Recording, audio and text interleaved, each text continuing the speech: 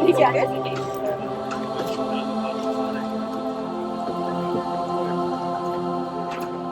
right. Deep breaths.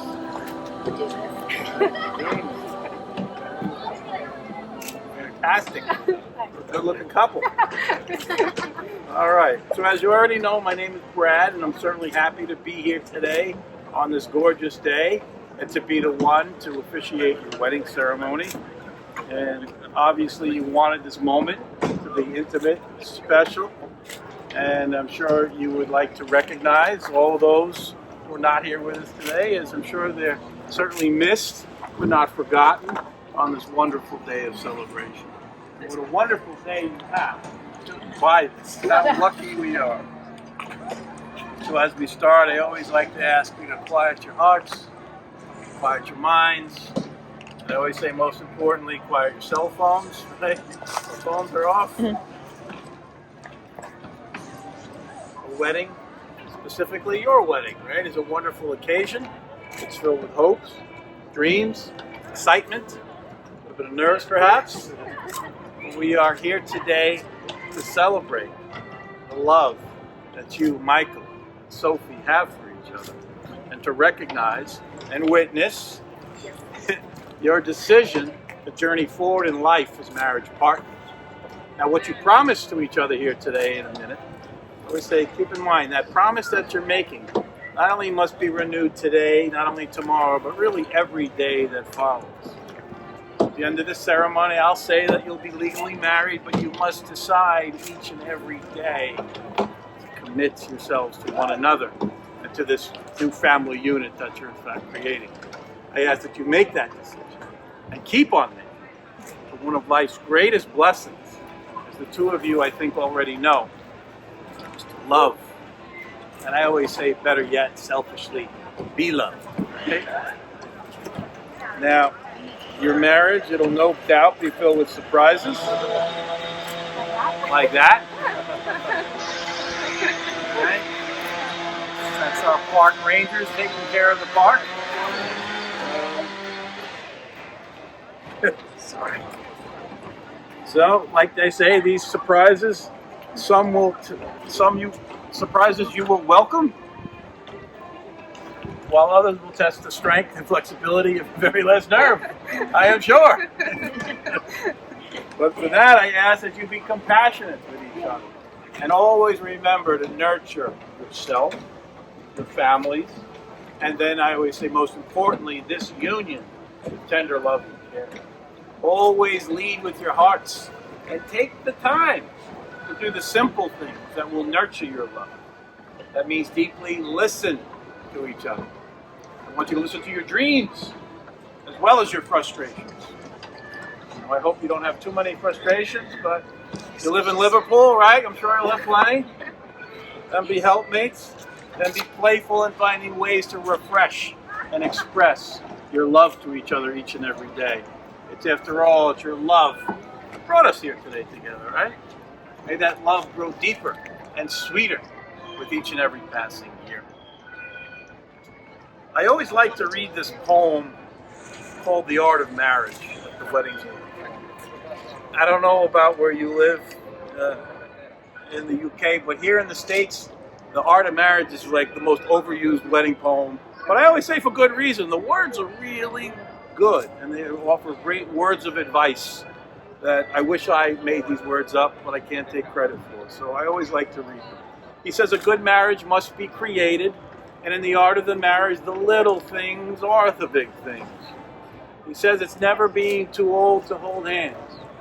Why don't we start right now? Just get a little closer. You can hold them. There you go. Don't get too close. You're not married yet. There you go. It's remembering to say I love you at least once a day. Go ahead. I love you. There you go. It's never going to sleep angry. I beat this line to death because I think it's such an important line of advice. Because I know you're humans and not robots, which means I'm sure you're going to have days when you're on each other's nerves, right? And you find it difficult to love each other. On those days, or when someone actually does something bad and wrong, don't go to sleep angry. If you're upset with each other, verbalize it. All right? Make a vow that you're making today about your marriage. Make this vow that you will always verbalize what you need to say and say, no, we're not going to bed. You did something wrong and you need to apologize, or we need to talk about it. And then, so that means the phrase, you're sleeping on the couch doesn't exist anymore. So, but do that and you'll have a much better life. Yeah, you'll get a great night's sleep, but we'll wake up in the morning together as a team and not talking. But not you guys. I'm sure you never fight at all and you're perfect. So, but if it happens, but it's important. He says it's having a mutual sense of values and common objectives. It's forming a circle of love that gathers in family and friends. It's speaking words of appreciation and demonstrating gratitude in thoughtful ways. Demonstrate gratitude. That means do stuff for each other. Little things for each other. They don't have to be big, monumentous things, but constantly just make an extra effort to do things for each other.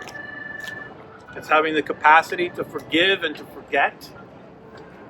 Which one of you is the more stubborn of the two? All right, well, how wonderful that you have the self-awareness to know it was you. You certainly didn't hesitate pointing a finger.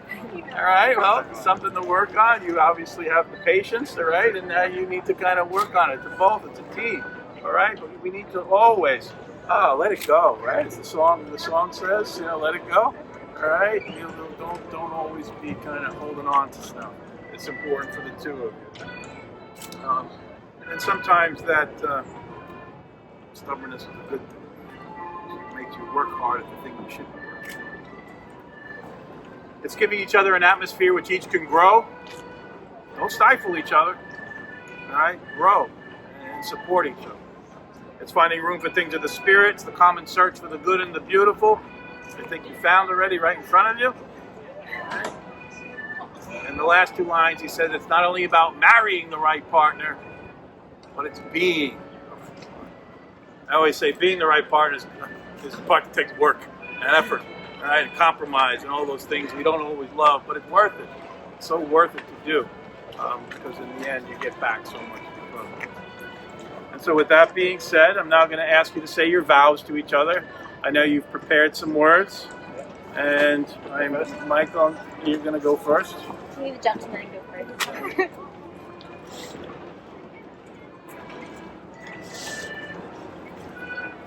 And make sure you look at her as well as you're reading, because you're marrying this beautiful woman, not your phone. That's right. So who would have thought a connection to a Russian hotel and Yeah, so you put it off. We definitely had a up and down, but the highs, it's really one thing, a single thing.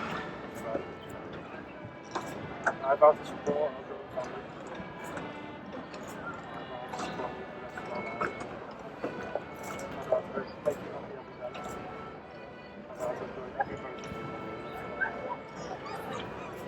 Spending most of my time in the early 20s wondering what it would feel like. And when and how would you know? Now I know because I found you. Loving you is the easy thing to do. Now sneaking one in. Sneaking one in. All right, you have words you'd like to add as well? I think mine are in first. Okay.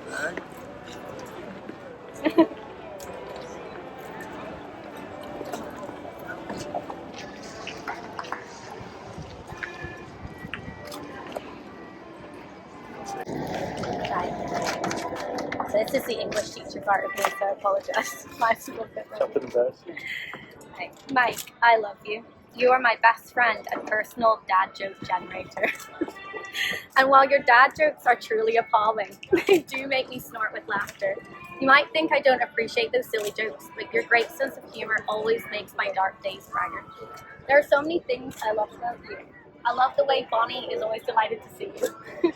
And my mom says that dogs have a sixth sense about people, so obviously she knows that you have a compassionate and kind heart, and I can tell that straight away.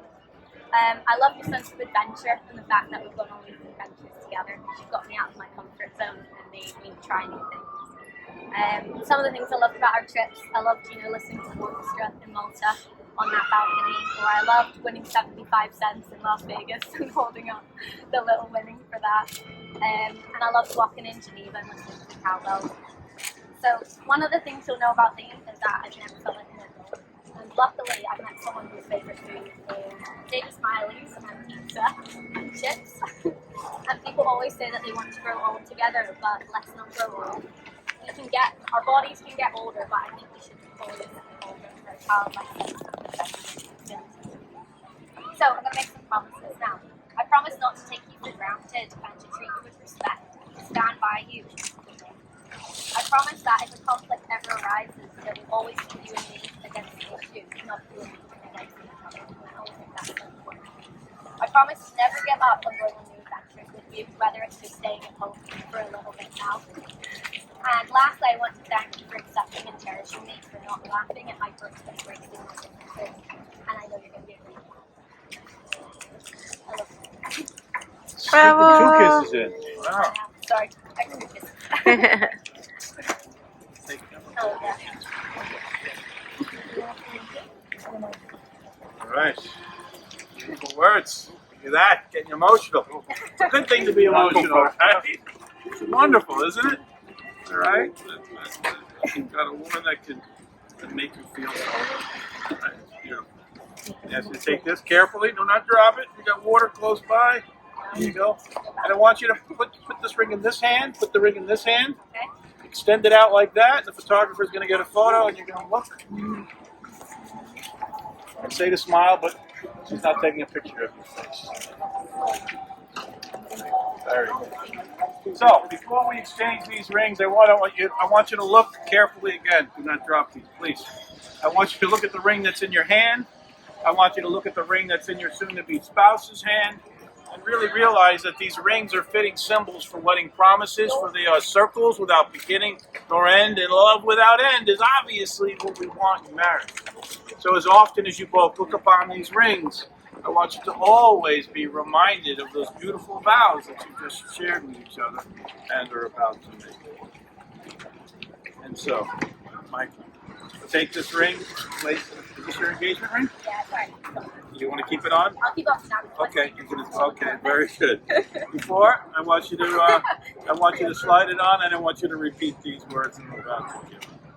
So put the ring on and repeat after me. I give you this ring. Wear it with love and joy. As this ring has no end, neither shall my love for you. I choose you, Sophie, to be my wife this day and forevermore. Wonderful. Now, Sophie, take this ring, place it on Michael's hand, and repeat after me. This ring I give you. This ring I give you. In token of my love and devotion. In token of my love and devotion. With my heart. With my heart. I pledge to you. I pledge to you. All that I am. All that I am. With this ring. With this ring. I marry you. I marry you. I choose you, Michael. And choose you, Michael. My husband. As my husband. And end with some good words of advice, and they are as follows. Treat yourselves and treat each other with respect, and remind yourselves often of what brought you together here in the first place. Always give the highest priority to the tenderness and kindness that this connection here deserves. And when frustration, fear, difficulty ever does assail your relationship, always remember to focus on what is right between the two of you, not on those little things that seem wrong in those little particular moments. Since in this way you can ride out the storms and the clouds, hide the face of the sun in your lives, always remembering that if you lose sight of the sun for a moment, you know it's always still there, shining down upon you. Lastly, if each of you takes responsibility for the quality of your life together, you'll then be marked by a lifetime of abundance, love, and joy. So, words we've been waiting to hear.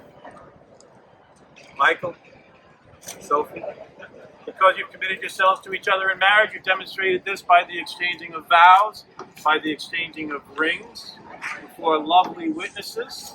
You got a lot more here. And myself, by the power vested in me by this great state of New York, it is my privilege and honor to officially and legally pronounce you husband and wife. You may seal your vows with a kiss.